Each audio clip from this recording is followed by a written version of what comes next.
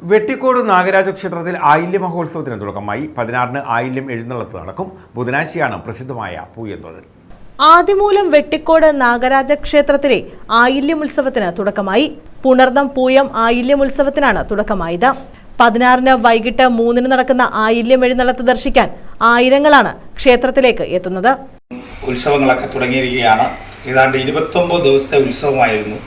അതിപ്രധാനപ്പെട്ട ദിവസങ്ങളാണ് പുണർദം പൂയം ആയില്യം എന്ന് പറയുന്നത്. പൂയം നാളിൽ നാഗരാജസ്വാമിയുടെ ദീപാരാധനയാണ് അതിപ്രധാനം.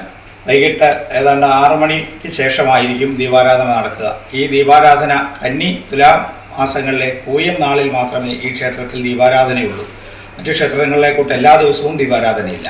അപ്പം ആ ദീപാരാധന ദർശിക്കുന്ന ഭക്തജനങ്ങൾക്ക് എല്ലാവിധ അനുഗ്രഹങ്ങളും നാഗരാജസ്വാമി നൽകും.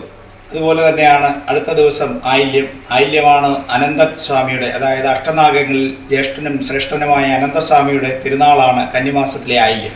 കന്നിമാസത്തിലെ ആയില്യ ദിവസം നാഗരാജസ്വാമിയുടെ എഴുന്നള്ളത്താണ് അതിവിശേഷം.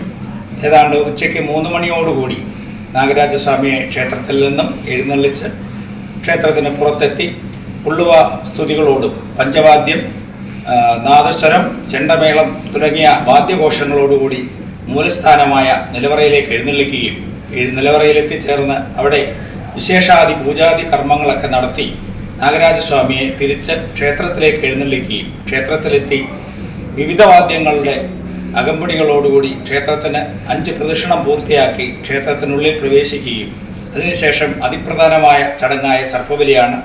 ബുധനാഴ്ച പൂയം ഉത്സവം നടക്കും. പൂയം നാളിൽ നടക്കുന്ന ദീപാരാധന ദർശിക്കാൻ ഭക്തർ ക്ഷേത്രത്തിലേക്കെത്തും. വൈകിട്ട് 6-ന് നട തുറക്കുന്നതോടെ പൂയം തൊഴാനുള്ള ഭക്തർ ക്ഷേത്ര പരിസരത്ത് തിങ്ങി നിറഞ്ഞിരിക്കും. News bureau, Charummood.